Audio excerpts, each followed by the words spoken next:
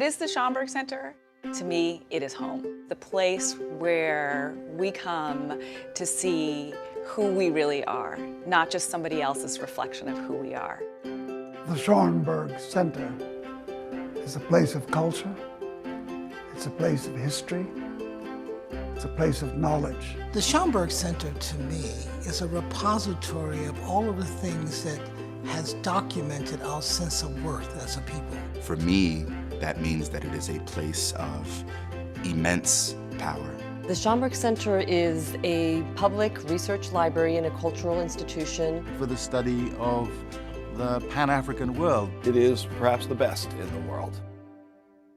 My Schomburg Center is Arturo Alfonso Schomburg. Arturo Schomburg said, Black history and culture and intellect exists at a time when most people didn't believe that. He collected those evidences, and that became the beginning of the collection. And it has expanded and has grown to where it is now a world-class institution. It holds over 10 million items. There's no parallel anywhere that brings to light what we as people of color have done, what we continue to do. Black culture is all of culture. The universals that animate everyone's life happen here for all people.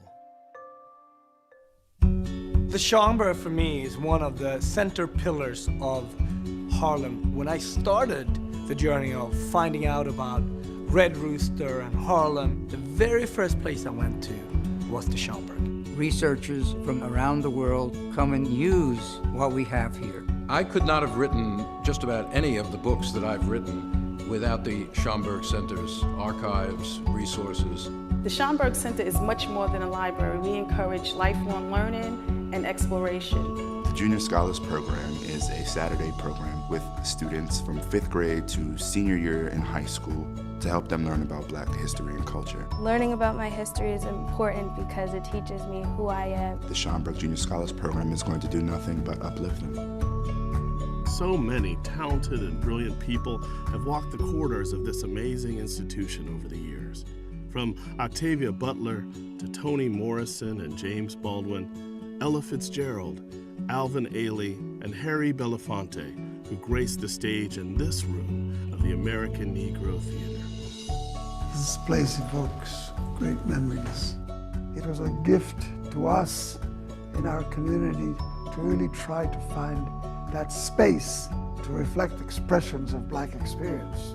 I just knew that the environment and what I saw these young African Americans doing was a place I needed to be.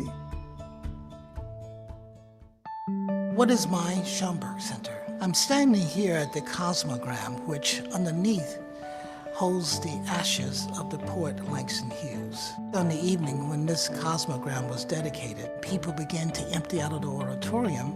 A jazz trio struck up, and to my amazement, Amira Baraka went over and asked Maya Angelou for a dance. And they started to dance on top of the Cosmogram, on top of the ashes of Langston Hughes, and I felt what a fitting way to kiss the memory of Langston. The Schomburg Center is a research institute and a library, but it's so much more than that. There's something going on every day. So many amazing people come here to talk about their creative craft, to share what inspires them. The Schomburg Center's collections help to tell stories even beyond our walls. The Schomburg Center is here in this exhibition at MoMA, One Way Ticket, Jacob Lawrence's Migration Series. We depend on the resources of the Schomburg to enable us to tell this story. Thinking about the implications of the past on the present is absolutely crucial for understanding the next steps, understanding what we have to do to go forward. We today have the responsibility of making sure that new artists and activists, new scholars and poets know that this place continues to be a resource and a source of inspiration for the work that we must continue to do. The Schomburg Center is knowledge. The Schomburg Center, to me, is education. The Schomburg Center is home, it is family, it is foundational. The Schomburg Center is inspiration. The Schomburg is with me in everything that I do. Community, inside and out. The Schomburg Center is us. The Schomburg Center is you, and we invite each and every one of you to find your Schomburg Center.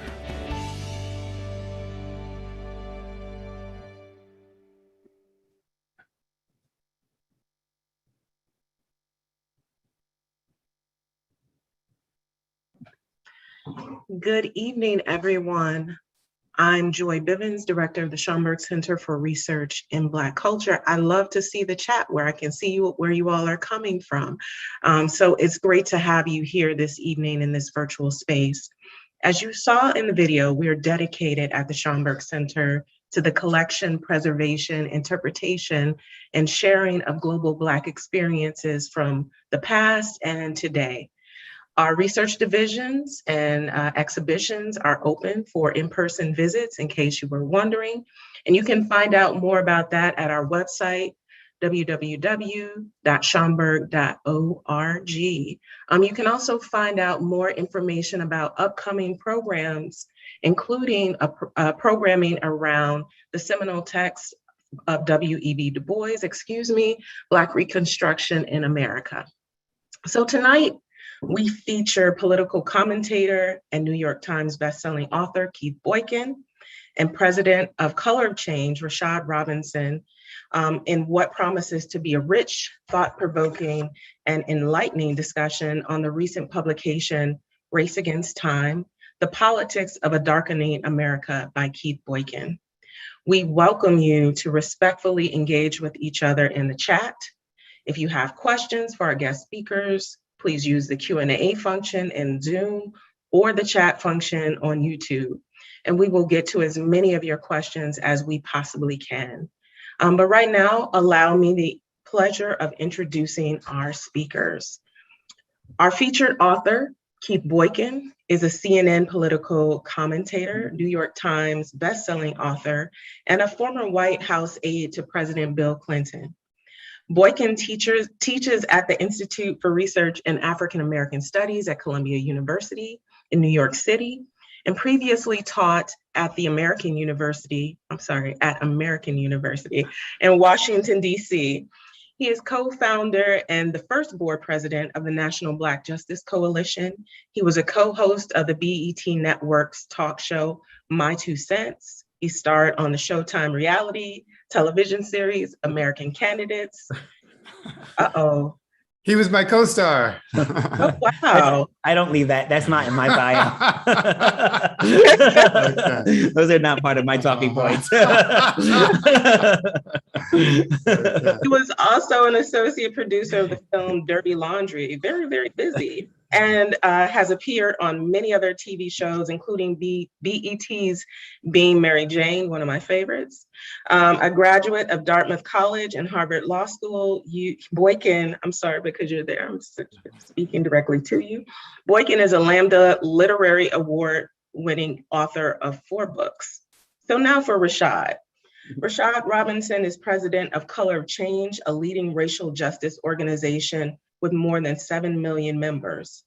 Rashad designs winning strategies to build power for Black communities, moving prosecutors to reduce mass incarceration and police violence, forcing over 100 corporations to abandon the right-wing policy shop, winning net neutrality as a civil rights issue, changing representations of race in Hollywood, and moving Airbnb, Google, and Facebook to implement anti-racist initiatives.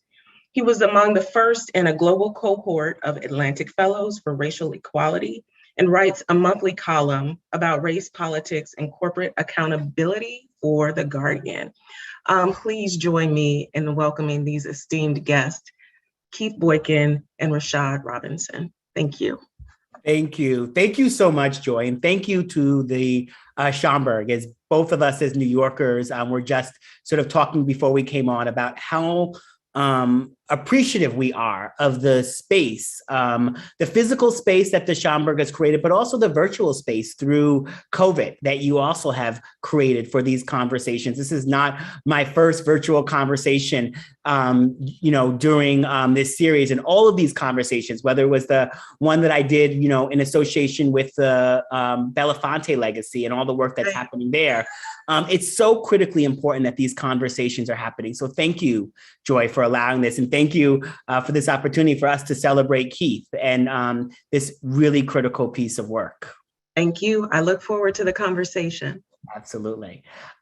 So we're going to take it right away, Keith. But before you go into a reading, I'd love it just if we can start off by you sharing a little bit about why about this book and the sort of why? Why did you take this moment to write this book during this time? And what was so important about the ideas that you want to get across? Okay. Well, first I want to thank you, Rashad, for doing this. I really appreciate this. And Rashad's a dear friend and colleague. And thank you, Joy and the Schomburg Center for putting this on and hosting me tonight. And a little bit more about the book and why. In 2016, when Donald Trump was elected president, I was teaching a course at Columbia University on race and politics. And I kept teaching the course, I think 2017 as well, and 2018. And it became clear to me as I was talking about the themes in the class that we are living in unusually difficult, unprecedented, if you will, times. I had no idea where this was leading us ultimately, but I knew that this had to be documented, this sort of racial moment, the election of a president who Ta-Nehisi Coates had called the first white president, which is a statement in and of itself. And then just the way it led to the series of different disruptions in the norms in our democracy and attacks on Black and brown people, and the way it was normalized. It was so troubling. And at the same time, there were a group of people in the mainstream media, overwhelmingly white, who weren't addressing it in the way I think was effective and calling it out. So I felt that there was a need to say something about this, to talk about this. And when I began writing the book, it was before the insurrection, before the 2020 election. And by the time that I finished writing the book, we had had an insurrection, we had had the election, and we'd had a president who refused to accept defeat. And all this took place in the context of 2020. 2020 was a divisive, extraordinary year. We had a racial justice crisis, we had an economic crisis, we had a public health crisis, and we had a crisis of democracy all in one year. And one person sort of personified that, George Floyd, because he had been a victim of the COVID crisis. He suffered from COVID. He had COVID before he was murdered. He was a victim of the racial justice crisis, obviously, because he was killed by police officers in Minneapolis. He was also a victim of the economic crisis because he had lost his job, was laid off because of COVID. And finally, his death precipitated the crisis in democracy because it gave the former president an excuse to attack Black Lives Matter protesters in Lafayette Square across from the White House, an excuse to attack Black voters who voted for Joe Biden or whatever candidate they chose in the 2020 election. And it also reminded me of just how I had been affected by this, because while I was covering a protest for George Floyd, I found myself arrested for the first time in my life. I know you've been arrested several times, but you were doing this as an activity for the civil rights cause. I wasn't trying to be arrested. I was literally covering a George Floyd protest, a Black Lives Matter protest on the streets in New York City. And the police came, took me away, arrested me, put me in jail for 6 hours, didn't give me a chance to talk to anyone, to explain myself, despite the fact I was a member of the press. And it was a reflection of the racial disparities in America, because it happened just a day after one of my CNN colleagues, Omar Jimenez, had also been arrested live on the air, while a white colleague of ours was not arrested doing the same thing in Minneapolis. So there were all these different issues that were circling around in 2020 that made this book so necessary, I think, to say what needs to be said today in 2021 about the troubling times we find ourselves in. These are issues that need to be addressed. Do you want to take us into a reading? I would love to do that, actually. I want to read a section from the book, which is a story that took place while I was in law school. And I don't recall if this part gets into it, but I went to law school with Barack Obama. And I did not know in the 1990s that Barack Obama was going to become a famous president one time, or the first Black president. But then if you did, I would take you to Vegas. If I did, I would have been more invested in his campaigns in the past, I suppose.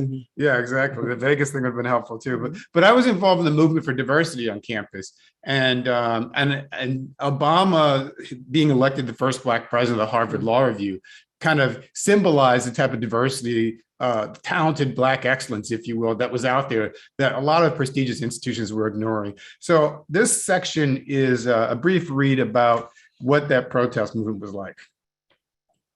I was a first-year student at Harvard Law School when I walked into a campus building one afternoon, ready to shake things up.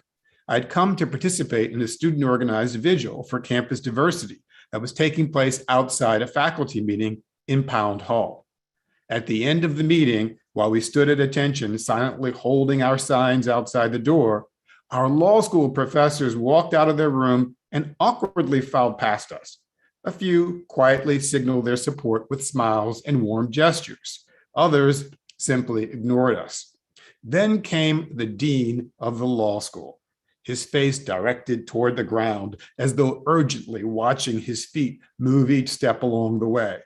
He walked right by me, escorted by a senior school security official. I'd never met Dean Clark before, and I'd only seen him once or twice on campus. My only real memory of him was that he had given a disappointing welcoming speech to my class of first-year students a few weeks earlier, in which he seemed to suggest that our principal role as lawyers would be to grease the wheels of commerce, that we should not be ashamed to seek high-paying corporate law firm jobs. This advice seemed to contradict the values of Dean Pound, the namesake of the building in which we stood, who wrote in the Notre Dame Law Review in 1944 that the legal profession should be guided by something better than a desire for money rewards. I subscribed more to Dean Pound's view of the legal profession than to Dean Clark's.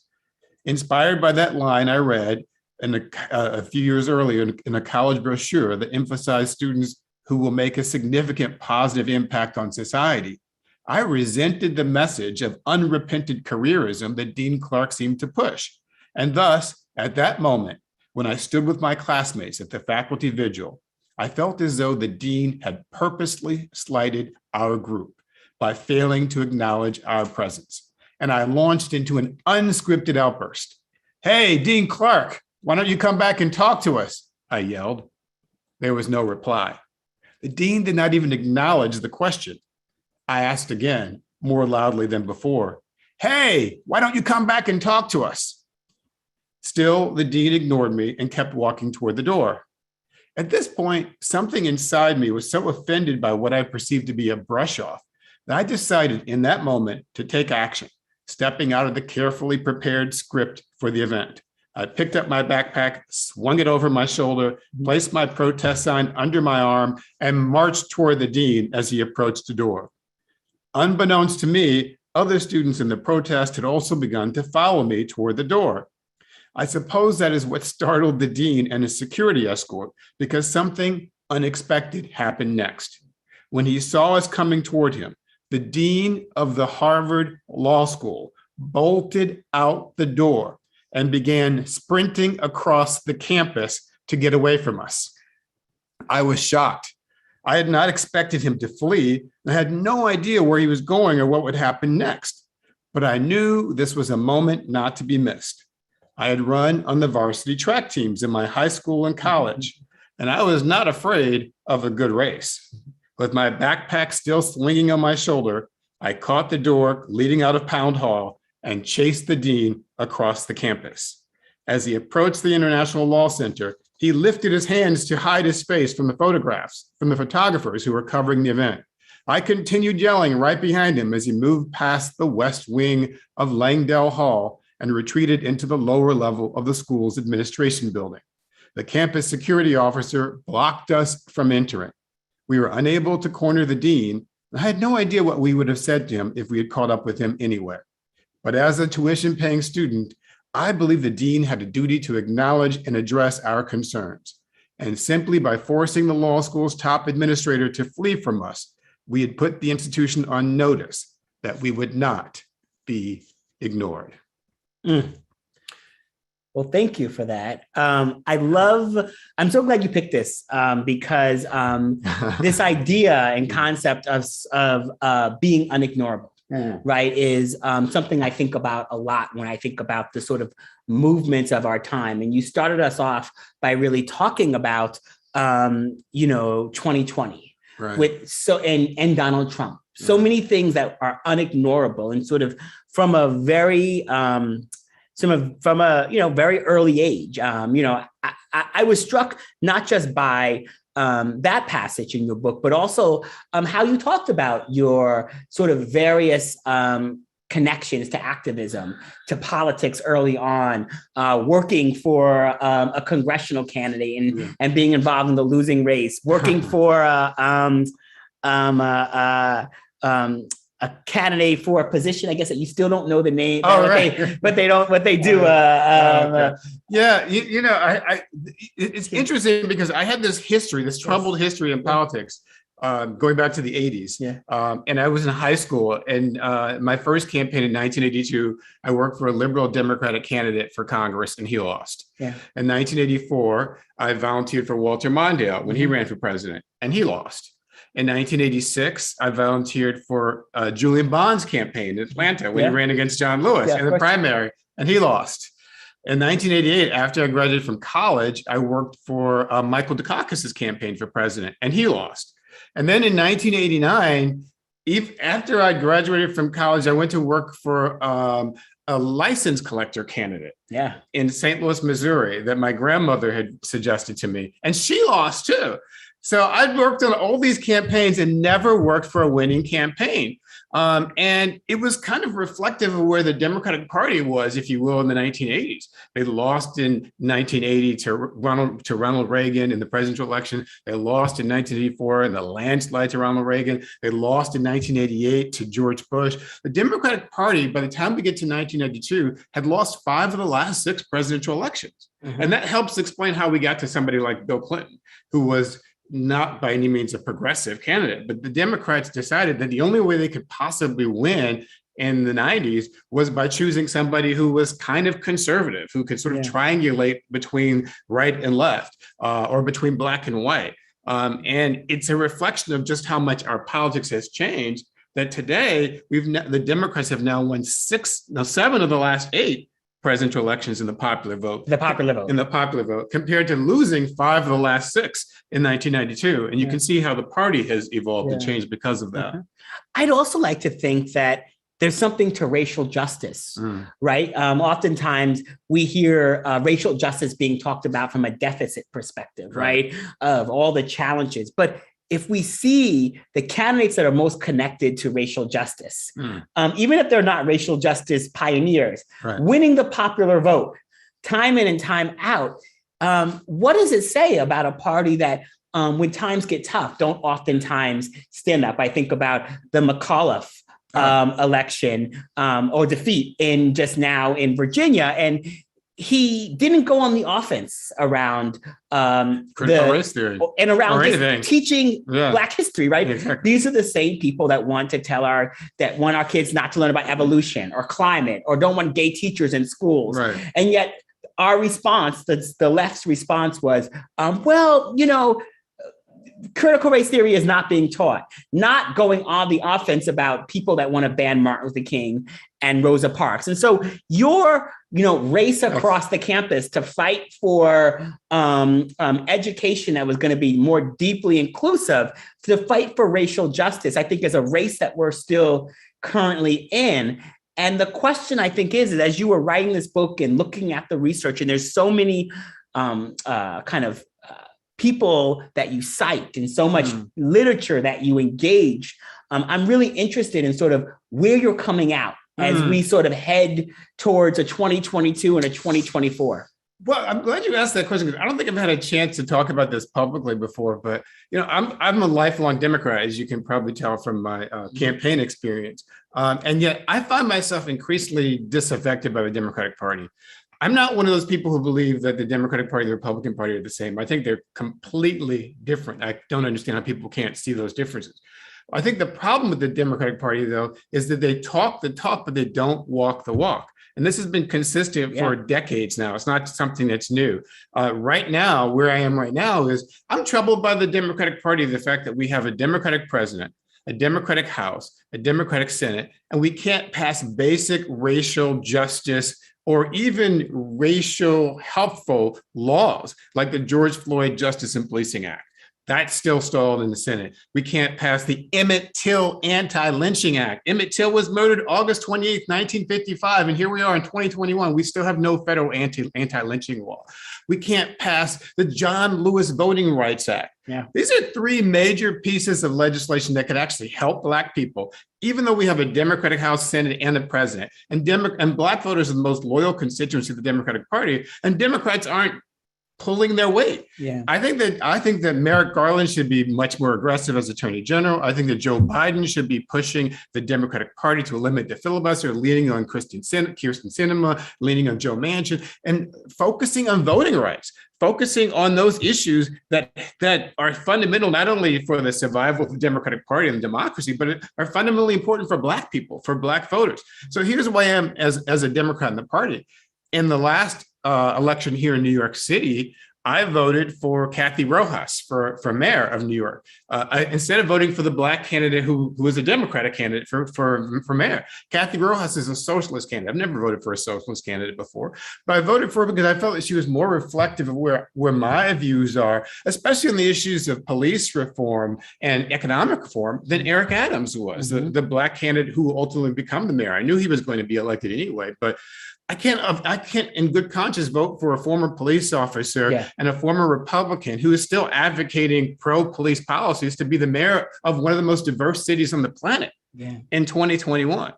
I mean, not just pro-police, but really anti-Black and pro-corporate and really regressive in so many ways in terms of what we've moved forward. How much do you think this is related, to structures that produce these candidates, whether it's the party structure, whether it's the primary structure, the money and politics structure, right? If racial justice, right? I believe racial justice became a majoritarian issue in 2020, not a governing majority, but more people than ever spoke up. It led to upticks in voter registration. People thought the best we could do in terms of activism was clap outside of windows. And then George Floyd happened and people took to the streets, right? There was a fundamental change in people's sort of willingness to participate, yet when Democrats go back to the well to need things, to engage things, they want to bench or sideline the thing that actually got them to the party. Like, what do we do? How do we engage this differently? Because, I don't believe that you can just expect Biden or anyone else to do something different without a different set of behavior from our side. Well, that's true. That's part of the reason why I have a whole chapter in the book about accountability, which is to suggest that I think we as Black voters have to do a better job of holding all of our leaders accountable, regardless of whether they're Black or white, Democrat, Republican, Independent, or whatever. And I feel like the Obama administration, and I liked Obama. I voted for him twice. Like I said, I went to law school with him. I think he's a wonderful person, and I've loved Michelle Obama, of course. But I feel like the Obama administration was a classic example of a case where we didn't push hard enough. We failed as a Black community because we were so satisfied with the idea of having a Black president, and we didn't push that Black president to do more that he could have done, I think, on issues of racial justice concern. Now, that's not to say he didn't do anything, because I don't want to, I think people overstate this issue and say, oh, Obama didn't do anything, he was a failure for Black people. That's not true. I mean, if you look at the fact there were nearly 2,000 clemency applications that were approved, the Black unemployment rate was cut in half. Obamacare, which reduced Black people who did not have health care by millions. There was a lot of progress for Black people. And there hasn't been progress even in the Biden administration. If you look at the Black farmers, for example, legislation that took place earlier in the child tax credit, which doesn't just affect Black people, but it has a disproportionate impact for Black people. Absolutely. So I reject the sort of absolutist argument to say, well, the Democrats aren't doing anything, or Obama didn't do anything. But I also feel like we still need to do more to push our side to do better. And people say, I would get criticized. I remember going on, who's the former governor? Ed Rendell. I remember going with Ed Rendell on CNN last year, it seems like forever ago, during the presidential primary season, and being very critical of Joe Biden.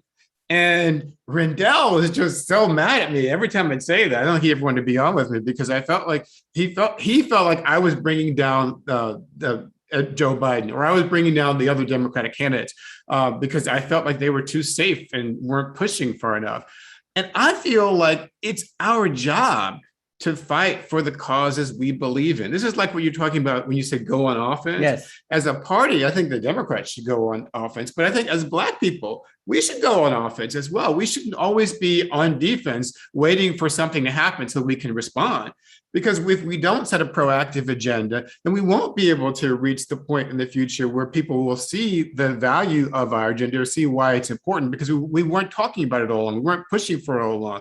You know, Michelle Alexander talks about this in her book, The New Jim Crow, the fact that police reform wasn't even on the radar screen for Black elected officials in the early 2000s. It wasn't until the murder of Trayvon Martin, Michael Brown, that we started talking about police reform in the legislative arena at the federal level. But before that, not one, I think there was a survey she talks about in the book, that they did a survey of CBC members. Not one of them, I believe, even mentioned police reform as an issue in the early 2000s. So that shows you how much progress we've made in the past 20 years in terms of moving in a different direction. But that's because of the grassroots, the people on the ground pushed that issue and made the people at the top pay attention. I mean, it's the power of movements and the power of movements to actually change context. You know, one of the things I found really interesting that I'd love for you to talk about is how you organized the book, how you organized. I mean, there was a lot of ground that you wanted to cover, and you organized it. You organized in these sections around Lift Every Voice, the Black national anthem. I feel like oftentimes I may be the only person in my generation that knows all the words. But you know the second verse. I know the first, second, and third verse. When I said all the words, Bill Clinton actually knows the words. When I said all the words, I meant all the words. I didn't need the Bill Clinton comparison, but I will say that. But then you went through sort of different ways that kind of former presidents have engaged around race, and you gave frameworks around sort of the maybe kind of archetypes around their sort of around their kind of race, their engagement around race, their engagement around with Black communities. Talk a little bit about sort of that kind of organizing of this content, because in writing a book, it is as much about, you know, what you sort of want to get across as the hangers, or it's as much about the hangers that you put it on to help people sort of make sense as it is the content. And that is sometimes how you get people to receive it. That's a good point. Well, the book is divided in 3 sections, as you indicated. The first section is about 2020. The second section is about how we got to 2020, where I go back in history to the present. And the third section is about where do we go from here? Where do we go forward? So that second section that you're talking about is the section that deals with the past presidents. And I go all the way back. I kind of sort of start with Reagan a little bit, but it really starts with George H.W. Bush, who had this whole Willie Horton campaign in 1988, which really initiates the era of racially divisive public presidential politics in the Republican Party, and the formal end of the party of Lincoln, which started to die with the Goldwater era in 1964. Then we get to Bill Clinton and the politics of what I call calculated triangulation, where he's purposely, as I said before, trying to figure out ways to appeal to the sort of the white voters in the middle America, and at the same time not piss off Black voters, while purposely on many occasions, for example, the Sister Soldier moment, criticizing Black people so that he can get the support of white voters. And the fascinating thing about that is that Black people continue to support him in spite of all of that. He was one of the most popular presidents among Black Americans after he left office, despite everything that happened. And people kind of forget that. Then we get to George Bush and what I call the second George Bush, and what I call the politics of self-bigotry, the self-bigotry of George Bush. And we look at Hurricane Katrina and his response to that, or his educational policies, which were designed to so that no child would be left behind, but it actually didn't make any effort to deal with the racial disparities that were fundamental to the educational problems we have in our country. We get to Barack Obama and what I call the unreciprocated optimism of Barack Obama. And that's the thing that's most baffling to me. I don't really know if Barack Obama believes it, but I assume he does, because he's got this optimism, this faith in our country. It's almost like the country doesn't deserve somebody who is so optimistic about it. Well, Coates writes about it some as well. And I know you've cited Coates in your book, when he talks about, how Obama grew up. He grew up in Hawaii. He grew up with white grandparents, and a very different experience than you and me in terms of, even I'm not in that generation, but growing up a kind of different space, kind of racially. But I read Obama's memoir, and as I was reading the part about his experience at Columbia University, and by the time he was at Columbia, he was a very disaffected, cynical person at that point. And he somehow turned himself around to become this optimistic person. And that's what I don't really understand exactly what it was. It's not like it was always there. Maybe it was always there, but then it disappeared and came back. But it's just this fascinating thing, because even when he was president, he governed in a way that suggested that he honestly believed that things are going to work out, that the Republicans are going to come to the table and they're going to do the right thing. Even after Donald Trump won the election, quote unquote, in 2016 against Hillary Clinton, he still sat down with Donald Trump in the Oval Office and told Trump that we're all rooting for you now as president. That's a different experience with whiteness, right? It's a different experience with whiteness. It's an immigrant experience that can look different. It's an experience of white parents that could look different. Right. White grandparents being raised in white community that can look different. And so, I mean, and that's, I guess, what I'm getting at when unreciprocated could be that it has been reciprocated in some ways in your life, in ways that for many Black people don't have those sort of intimate experiences. I think that's a great point. I hadn't actually thought about that until you said this, but I was thinking more about the unreciprocated nature of the political response. Yeah, of course. But you're exactly right that in the family context and personal context, he did have and does still have personal experiences with family members. And he talks about those, talks about his mom being in the hospital and going to visit her and his grandmother. And so, yeah, you can see why he has that connection to both sides. And he's almost like he was the perfect candidate for that moment. Yep. He didn't have a lot of political baggage at the time when he was elected. He could speak to white people and Black people in a way that could sort of inspire both of them. In spite of all that, they still attacked him. This is the thing that I think that people forget too, especially when people say Obama was reparations. It's the reality is that no Democratic candidate for president has won the white vote since 1964 when Lyndon Johnson signed the Civil Rights Act. Yeah. Not one. Definitely not Barack Obama. He lost the white vote 2 times in a row. He even lost the white youth vote, which I think a lot of people don't realize. Yes. Exactly. And that's important because people assume that, once the young people take over and the old people are gone, then the whole world will change. The young people in this country do look different demographically. But the young white people are very much like the older white people in some respects. And that's something we don't talk about enough. Yeah. I want to go back to 88. I know we're going to be getting to questions. So if questions will be coming up, I know if you're going to be putting them in the chat, our friends at the Schomburg are going to be sort of capturing them and putting this up. You can see all that. I can't see that. Your eyes are much better. My eyes, I mean, you know. Okay. I have to stare to see what the questions are. Yeah. I'm not making any generational jokes, any generational jokes tonight. Right. But let's go back to 88. And then, if folks put questions in the chat, we'll get to some of them. And I want to connect that Willie Horton, that the kind of Willie Horton attack, and connect it to what we're seeing around the attacks on racial justice.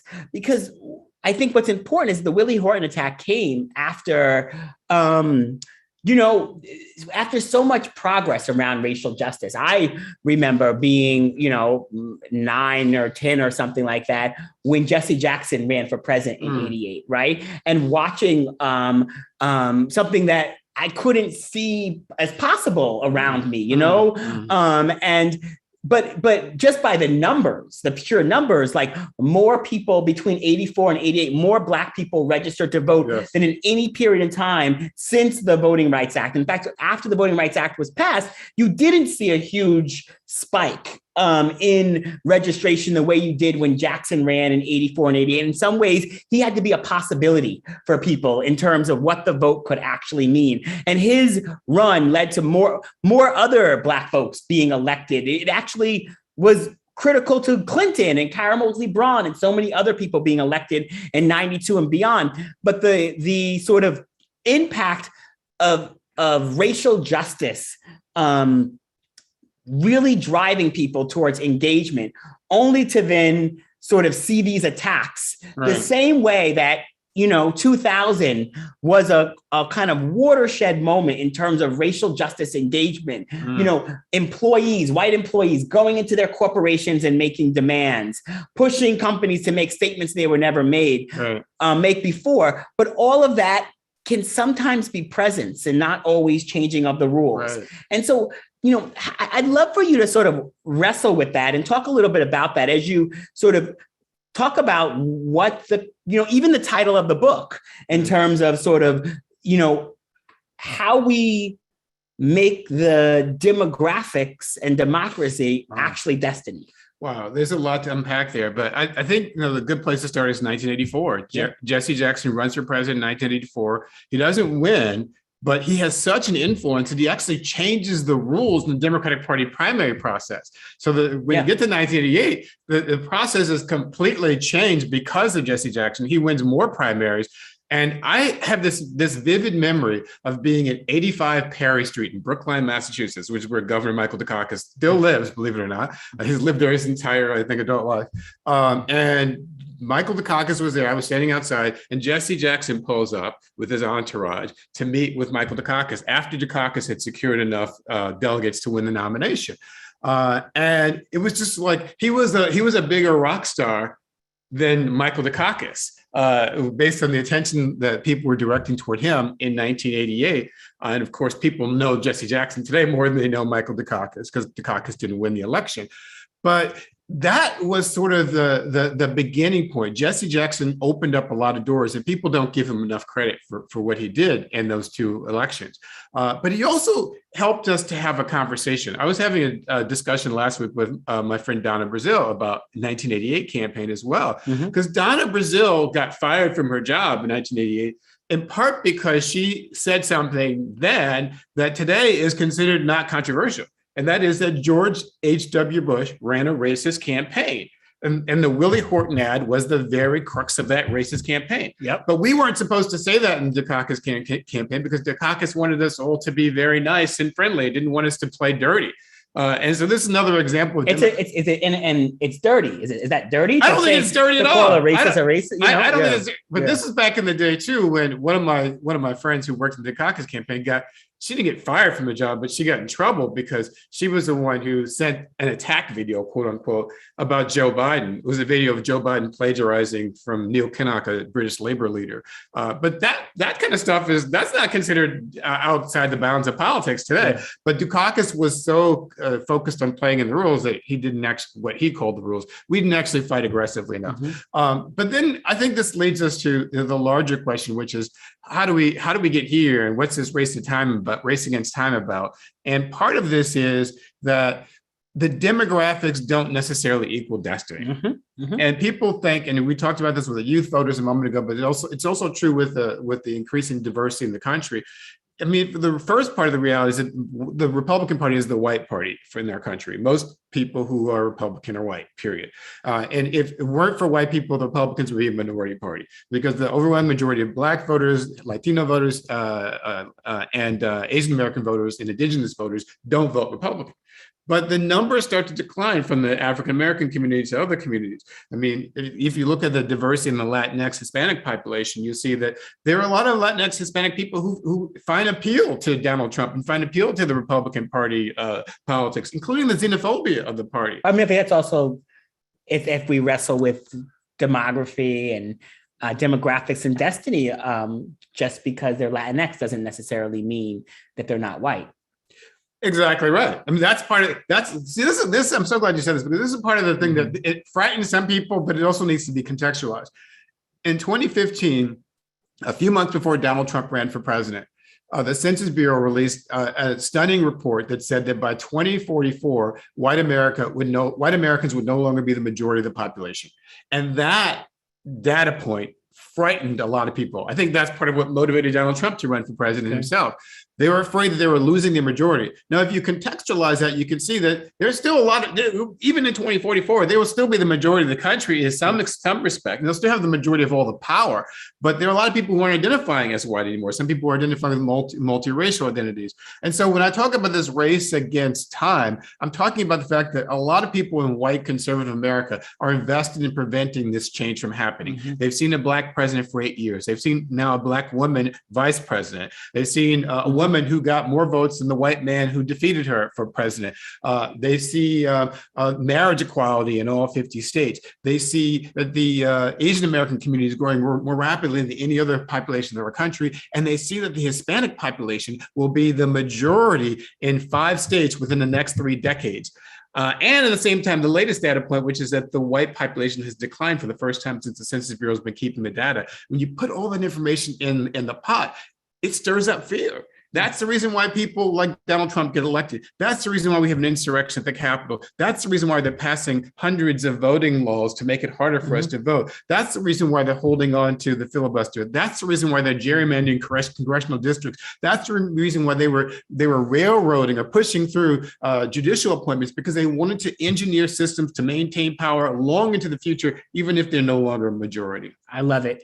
I thank you for that. And we're going to go to some questions. But if you're just joining us now, we are talking with Keith Boykin about the race against time, the politics of a darkening America. You can get this book at your independent bookstore. You can get this book online, all sorts of places. Do your best to avoid all of the ways in which you might be helping to send someone to the moon instead of paying their fair share of taxes. But make sure you are getting this book. There is just so much here. It will make you smarter in the conversations that you're having about these issues. It'll give you ways that you can help inform the people around you. And it'll, I think, allow you to sort of really dig into some of these big questions. The first question we have is really sort of about why can 2 senators defeat the aspirations of millions who stood for hours to vote last year? Break it down to us. What is happening with President Manchin and Senator Sinema, and like how have they? I feel like you should answer this question. No, I think you should answer this question. No. You're. Oh my gosh. Yeah. I don't even know how to explain this, but I assume that people know we have a filibuster rule in our country, yes. and that's part of the problem, but that's only part of it. It's not the whole problem. And so we can't pass legislation in the Senate unless it's a reconciliation bill or a Supreme Court nomination, unless you have 60 votes. Which is ridiculous because it's anti-democratic. And it's also ridiculous because the US Senate is an anti-democratic institution in and of itself, because you have states like California with 39 million people only have 2 senators, and North Dakota and South Dakota get 4 senators with 1.5 million people. Yeah, and there's 2 Dakotas and no senators for DC. Exactly. And DC gets nothing, Puerto Rico gets nothing. Yeah. It's completely undemocratic and unfair. We know that. So the Senate itself is a problem. And then we have the requirement you have to get 51 votes. That's why we have Kamala Harris as the tie-breaking vote. But you can't even get to 50 votes on some issues because Kyrsten Sinema from Arizona and Joe Manchin from West Virginia are opposed to basic progressive legislation that we thought was going to pass, that many of us thought was going to sail through. And I don't have an explanation for both of them. You know, I had a discussion with, what's his name? Was it Cenk Unger? Yes. Cenk? I had this debate with him actually a couple of months ago about the cause of this. And he was suggesting that Manchin and Sinema are motivated by money and greed, and it's corporate politics.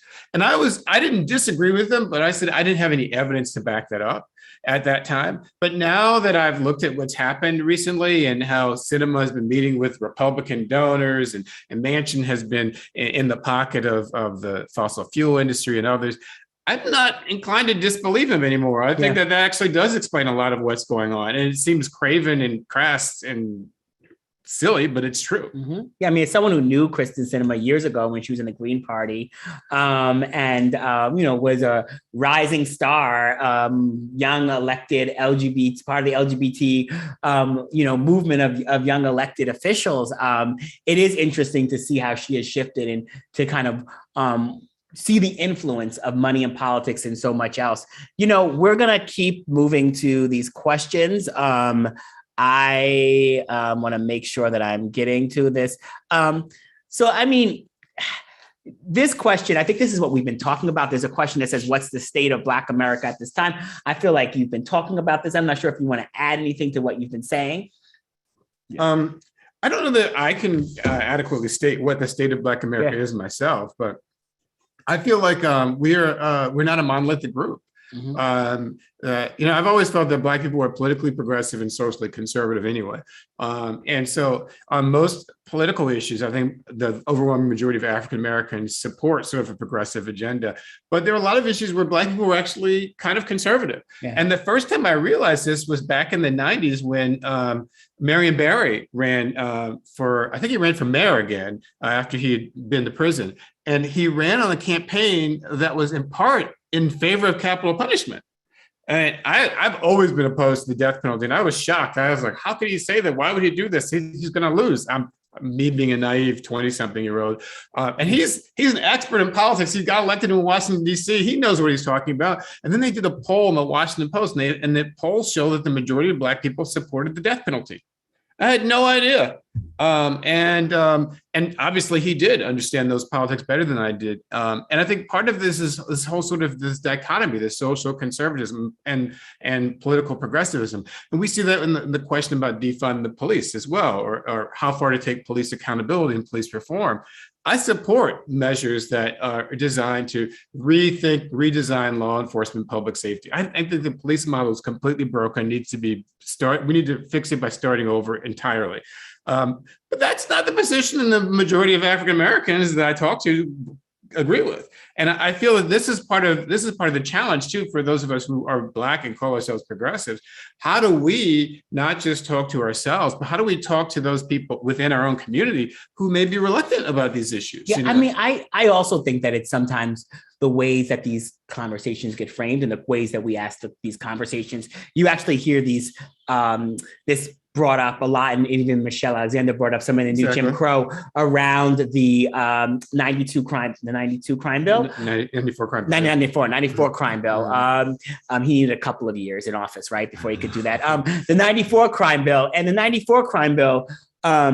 there were a lot of things that Black communities were asking for in terms of safety, and all Black communities got were police, right? And so, like, to the extent that folks are asking for safety and they're asking for justice, and the response is oftentimes extractive, not investment. And so, there was just this ballot measure in Minneapolis that did lose, but who could have imagined 3 years ago a ballot measure to move to an office of public safety would get over 40% of the vote? Right. And I do think it did pass in one place, right? It's passing in a lot of places. I mean, they're moving towards the people are moving towards new solutions because I think people want new investments. Right. But if you just tell people like they're going to take away the police and you don't give people an idea of what they're going to have next, and I think that in some ways, that's what Black America has been served, is this idea of just extraction, not investment. And so if you tell people that you're going to just take something away, but instead of talking about what you are for, right? Not just what you're against, I think we would actually end up with different solutions. I agree with you completely, except that I feel like it's still an issue that is easy to demagogue for people who want to use fear. And we saw this in Atlanta, where all the mayoral candidates were essentially endorsing putting more cops in the street, some more than others. Kasim Reed, who lost, was one of the biggest advocates for increasing the police force in Atlanta, and here in New York as well. But I think that there's two parts. There's one that, yes, if you ask Black voters in particular, or progressive voters especially, or just Black voters, let's focus on that. You ask Black voters, should we spend more money on jobs and job training and healthcare and fixing our schools and affordable housing and having a clean environment? And should we not send someone with a gun to deal with someone who's having a mental health episode or passed a bad check? Should we have other ways of dealing with justice in our communities? I think you're gonna get yes. Absolutely. People completely support that. But when you start using language like the language that has been used, I think that becomes more problematic with people unless you explain what that means. And it's hard to explain what that means when it it has an immediate impact on so many people and can be used against you by your opponents. To be clear, I do not think we'd be at this place of having these conversations. And, defund, it was not my word. Defund is not the sort of language that I even use. I talk about downsize. I talk about invest, divest, but I don't think we would be here in this conversation. I think about in 2004, when 13 anti-gay ballot measures passed all around the country, and people thought that it was the reason why Kerry lost. And that the LGBT movement had overstretched, only to then see people double down. Then people moved to 2008, where marriage equality had happened in California through the courts, only to be ripped away at a ballot measure. And people kept moving, didn't change the words, didn't change the language, didn't dilute it, but kept fighting for what they wanted. And I think that there's something about racial justice where people are temporary friends at times to these movements, right? Like folks who both supported the LGBT movement and the larger money behind that movement were used to losing.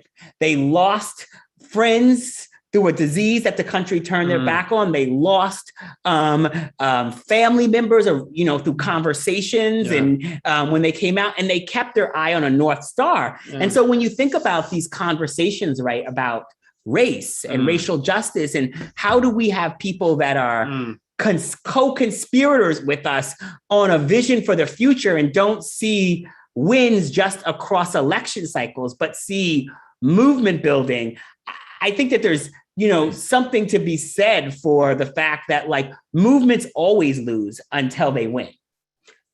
I'm so glad you said that. I had never heard you, and we haven't had this conversation before, and we talk a lot, but I completely 100% agree. In fact, I've been sort of saying something very similar about the LGBTQ movement, and the issue that was so divisive in 2004 was the issue of marriage, of gay marriage, and people thought that the gay movement should stop pushing on this issue because it's a killer issue. It hurt John Kerry. Obama didn't even support gay marriage when he ran for president in 2008. It took until 4 years later before he finally said that he evolved and supported it.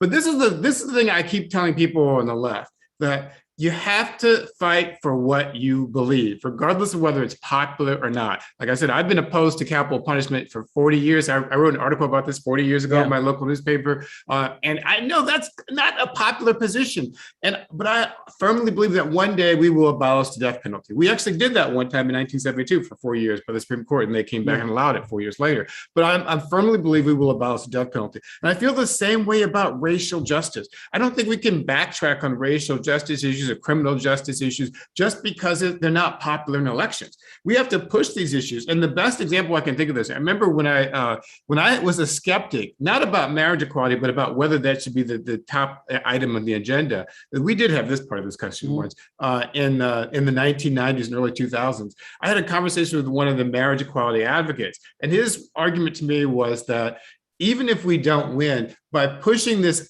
idea out there, it changes the discussion. So instead, all the Democratic politicians who were opposed to even having the conversation had to endorse a compromise position for civil unions. But that moved the goalpost. And that's what I think that even though I think defund the police may not be the most popular thing to say right now, and Democrats will lose on that issue, no doubt about it. But having that conversation makes it easier to talk about other issues about policing. So sometimes you have to have political losses in order to have movement successes. Yes. And that's hard for Democrats to hear. And that's part of the reason why I don't identify as much as a Democratic operative or Democratic strategist anymore, because I'm not thinking about what's best for the Democrats in one particular election. I'm thinking about what's best for our country overall and what's best for Black people. And that means sometimes those issues aren't going to be the same. So we've got two questions that I want to kind of pull together. And they both sort of are about like a kind of accountability, right? One is really about corporations and companies, and when will we get them to see sort of the divisiveness of, how they dealt with Black communities and engage with Black communities, and seeing that it's critical for their survival. And then the other is really about the Democratic Party. And you're already talking about that. But, how do we encourage Black voters to challenge the Democratic Party without being afraid of losing? And I think, this is also kind of, and then, there was also some question about you in the 13th congressional district and seeing yourself on a ballot. That was on there as well. Somebody asked that. So I feel like we already have a member of Congress in the district. Well, there's always going to be a member of Congress until there's a new one. So I feel it's funny because I'm from St. Louis, Missouri originally, and for my entire life, I think I've told you this before, my hometown has been represented, the part of the area where I'm from has been represented by somebody named Clay. First Bill Clay and then his son. And then somebody named Cori Bush decided that she was going to challenge Clay. And that's a name you don't challenge in St. Louis. I mean, he's been around. The Clay name has been in Congress since the 1960s. And she challenged a Clay and won. She defeated a movement person. Exactly. A movement leader. A progressive Black woman defeated a longtime incumbent Black Democratic congressman. And that says a lot. But God, there's so much to unpack in this question. I think part of this, in the first part of the question about the corporations, goes back to one of my former professors, Derek Bell. He wrote a piece about interest convergence theory, which is the idea that white America will only do the right thing when their interests converge to do so. And I think that's what we saw in 2020. We've seen in some other places. The best example of this, I always think, is Atlanta in the 1970s with Maynard Jackson. When Maynard Jackson was elected mayor, he was the first Black mayor, I think, or he was the first Black mayor, at least, to use power in this way. But he started minority set-aside initiatives so that every corporation that wanted to do a contract, you want to build that airport in Hartsfield Airport, you have to have a certain amount of percent, I think it's 30% of contracts go to minorities or to Black or brown businesses. And that helped to create a whole different infrastructure in Atlanta, helped to create the Black middle class in Atlanta, but also helped to change the dynamic. And corporations started to make these investments in quote unquote diversity and new businesses were built. They did it because they had to. It was in their interest to do so. And I think part of what we saw last year was that people were embarrassed. White America in particular was embarrassed by the idea, the visual of George Floyd being murdered for 9 minutes on national television we could all see. And so what they did is they responded to their embarrassment. But they didn't. And Amy Cooper, they're embarrassed by her. Amy Cooper, they're embarrassed by that, but they didn't necessarily change their core values. And that's the thing about allyship. We need allies who are willing to not only be with us when it's convenient and safe because you don't want to be associated with this embarrassing issue, but people are willing to continue that struggle. You look back in the 1960s, nobody wanted to see images of German shepherds attacking young Black people or fire hoses being trained on them. They didn't want to see the images of Emmett Till in the casket. Nobody wanted to see the 4 Black girls who were bombed in Birmingham at the church in Alabama. Those are the images that turned them off. They don't want to see John Lewis getting beaten up on the Edmund Pettus Bridge. But you know what? After we make that step, we have to continue the fight. It's not just enough, well, let's turn off these images, because there's still those incidents that are happening that aren't being shown, that aren't being documented, that we need to be concerned about as well. So Keith, thank you for this. That was so incredible. Folks, the book is not only available in a lot of places, but it's actually available right in the Schomburg shop. So there's a link in the chat. I know they'll put the link up in other places, but if you go to the, Schomburg Center, you'll be able to go right to their shop and you can purchase the book there. And I really encourage you to support the Schomburg Center, support all the incredible work, all the incredible programming that's happening there. I'm not sure if you have any sort of final words as you sort of were closing out this book and as you've been on the road and you've been in conversations with so many incredible people. I've seen you talking to Donna Brazil. I've seen you talking to Melissa Harris Perry. I've seen you in so many different conversations. As you think about sort of the path forward in these conversations and the kind of stories that have come up from the book, I'd love if you could leave us with some sort of parting words in terms of both the path forward and, the race that against time. Yeah, I think, thank you again, Rashad, for doing this. And thank you, Joy. Thank you, Schomburg. Yes. I appreciate you allowing me to have the opportunity to have this conversation. Thank you to everyone who's watching right now. I'm also going to go to the Schomburg this week. And I haven't talked to you yet, Joy, but I'll be happy to sign some books there for you so people can get autographed copies of it. So special deal if you buy the book of the Schomburg. I do want to leave with a sense of optimism because I purposely tried to make the book real in the sense that we go into all the realities and the dirty truth about America and our racial history. I talk about the race riots in East St. Louis, and I show in visual graphic detail, because I'm from St. Louis, of how white people treated Black people and viciously attacked Black people in this race riot. But then I also come to the present, and I think the message from the present can't be one of cynicism. I get this a lot from people on social media. If I talk about something, people will say, well, it doesn't matter. Everybody's corrupt. There's no point fighting. And I don't believe that. I believe it's important to continue the struggle. When Dr. King was fighting for civil rights, a lot of people didn't think that he should be doing that. A lot of Black people in our community didn't feel that he should be doing it. And so there's a lot of people today who say, well, I marched with Dr. King back in the day. Older people say this. That's not true for a lot of people because most people that say they marched with Dr. King didn't, because if that many people did, right, there would have been millions of people in the March on Washington. They might not have had to have any compromises to the Civil Rights Act and the Voting Rights Act. Exactly. Yeah, that's the thing that people lose sight of, that no movement and no movement leader is necessarily popular at that time. And they get a lot of criticism for what they're doing. Look at the criticism of Jesse Jackson, Al Sharpton, and civil rights leaders today. Look at the criticism that you received. Look at the criticism that is directed at Black people who are fighting the cause, fighting for the good fight. And I think that the conclusion has to be this: that we owe it to ourselves not to give up. We owe it to ourselves to continue the struggle. And we owe it to ourselves to see ourselves as the ones who can carry on that fight. It's not waiting for another Dr. King to lead us to a promised land, but it's each one reach one, each one teach one, each one taking responsibility for having an impact on people around us. As the environmentalists say, think globally and act locally.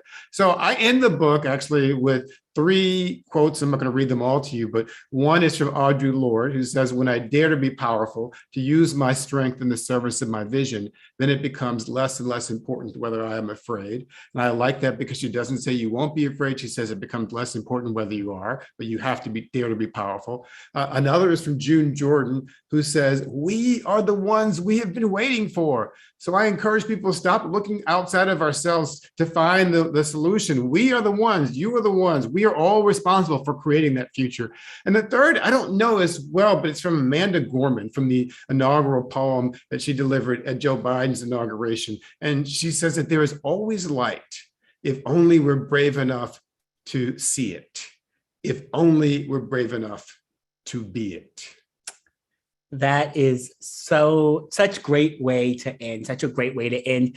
I see the final statement here is that you all are a blessing to our community. You all are a blessing. And so thank you all so much. Thank you for ending with those powerful and courageous and brilliant words from our sisters. And thank you all for being with us and continue to support the Schomburg, continue to engage in these conversations, continue to stand up and fight for justice wherever you are.